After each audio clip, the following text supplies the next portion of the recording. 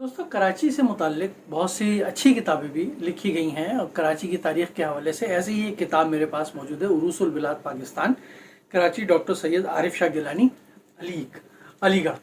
ये बेसिकली जो है वो हज़ारा के रहने वाले थे और 1907 में ये हरीपुर हज़ारा में ये पैदा हुए थे और इनका इंतकाल जो है 1973 में कराची के अंदर हुआ। 1948 में ये कराची आ गए थे और इससे पहले इन्होंने अलीगढ़ मुस्लिम यूनिवर्सिटी के अंदर तालीम हासिल की थी। गालिब पर मकाला लिखा था, उस पर डॉक्टरेट की डिग्री ली थी। इसके अलावा इन्होंने शाह अब्दुल लतीफ़ भटाई के हवाले से भी लिखा है और गालिब के हवाले से, जैसे मैंने आपसे अर्ज़ किया, कि वो भी लिखा है इन्होंने। और कराची के हवाले से ये एक ज़ख़ीम किताब इनकी मौजूद है जो तकरीबन अगर मैं कहूँ तो तकरीबन 788 सफ़हात पर मुश्तमिल है, हवाला जात समेत। बहुत अच्छी किताब तारीख़ के हवाले से लिखी है, क्योंकि 1948 में ये कराची आ गए थे और उनकी जो वाइफ थी प्रोफेसर अख्तर गिलानी साहिबा, वो भी एक इल्मी ख़ानदान से ताल्लुक़ रखती थी और फिर इन्होंने कराची को अपने सामने बनते हुए, बसते हुए और फिर उजड़ते हुए भी देखा। तो 1971 तक तो उन्होंने इसका हाल लिखा है कराची के हवाले से। कराची की तारीख़ की अगर बात करें, जैसे इन्होंने शुरू किया तो अहद अतीक से इन्होंने शुरू किया है, या क्रुकला या नास्तमाया और मुख्तलिफ जो नाम रहे हैं कराची के, वहाँ से इन्होंने इसको शुरू किया है।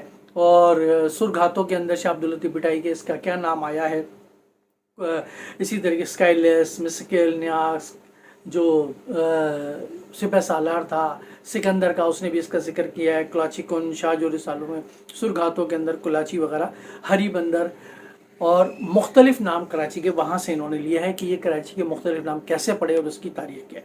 पुराना शहर, मीठा दर, खारा दर, कलोड़ा के दौर में कल्लात का जो कब्ज़ा था कराची के ऊपर वो किस तरह था, फिर टालपुरों का कब्ज़ा क्या हुआ, फिर अंग्रेज़ आए तो अंग्रेज़ों ने किस तरह यहाँ पे कब्ज़ा किया, इस सब की तफसील जो है वो इन्होंने दी। फिर अंग्रेज़ों की आमद के बाद कराची के अंदर क्या तब्दीलियाँ, वाकई कराची उस वक्त एक छोटा सा शहर था और कराची एक समझ लें कि नावमल उस वक्त जो है मौजूद था और एक कराची के गिर्द एक दीवार थी और उस दीवार के अंदर ही जो है वो तमाम ताजिर वगैरह रहते थे या मज़दूर वगैरह रहते थे और वो खारा दर और मीठा दर के इलाके थे, दरवाजे थे।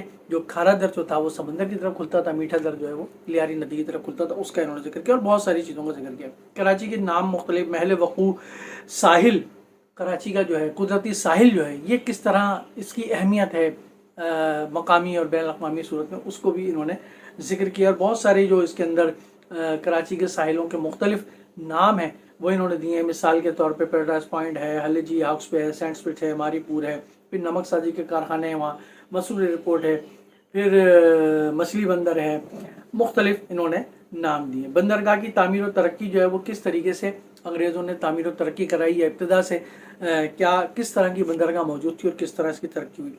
पोर्ट ट्रस्ट किस तरह बना, बंदरगाह का तफसीली जायजा इन्होंने लिया। तरक्की और उरूज अंग्रेज़ों के ज़माने में जो यहाँ नेपियर ने सबसे पहला मंसूबा बनाया, नेपियर मॉल ब्रिज, जहाँ आज आपकी मशहूर फूड स्ट्रीट जो है वो कायम है, वो वहाँ मौजूद है। फिर इसका सिंधी रस्मुल ख़त किस तरह बना, रेलवे का मंसूबा किस तरह बना, पहली सड़क कौन सी थी, सिंध डिस्ट्रिक्ट डाक का निज़ाम किस तरह बना, बैंक और कराची चैम्बर्स किस तरह बने, public libraries, municipal commission, government press वगैरह, और गज़ट्स जो है वो जारी होना शुरू हुए, जिसके अंदर जो है यहाँ की तारीख़ और मरदमशुमारी और ज़बानें और ये तमाम चीज़ें मौजूद थी। फरहमी आप किस तरह कराची में शुरू हुई, ड्रेनेज, कराची में बारिशें होती थीं या लियारी नदी थी, मलिर नदी थी, या ओवरफ्लो होती थी, तो इसका ड्रेनेज किस तरीके से किया गया। फिर सड़कें और पुल, रोशनी का निज़ाम, रेलवे का रिवाज, ट्राम्स कराची में चला करती थी और अब चिंची चलते हैं, तो अब अंदाज़ा लगाएं कराची ने तरक्की की है तनाजुल की शिकल। डाक तार और टेलीफोन, एयरपोर्ट, सुई गैस, वसत, कराची का जोग्राफिया पहले क्या था, कितना छोटा कराची था और आहिस्ता आहिस्ता ये किस तरह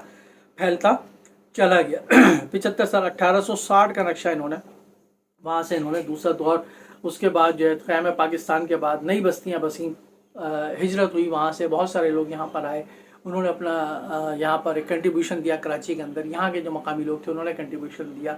नई बस्तियाँ किस तरह बनी, कराची का डेवलपमेंट इदारा जो KD है, कराची डेवलपमेंट अथॉरिटी किस तरह बल्दियाती स्कीमें, आबादी, बाशिंदे और फ़न तामीर में आबादी यहाँ पर किस तरह की रही है, बाशिंदे यहाँ किस तरह रहे, तमाम मज़ाहिब के बाशिंदे कराची के अंदर अपने भरपूर तरीके से रहते थे और अपने अपने मज़ाहिब के मुताबिक ज़िंदगी बसर करते थे, आपस में शीरो शकर होकर। ये पुराना कराची था, मुसलमान थे।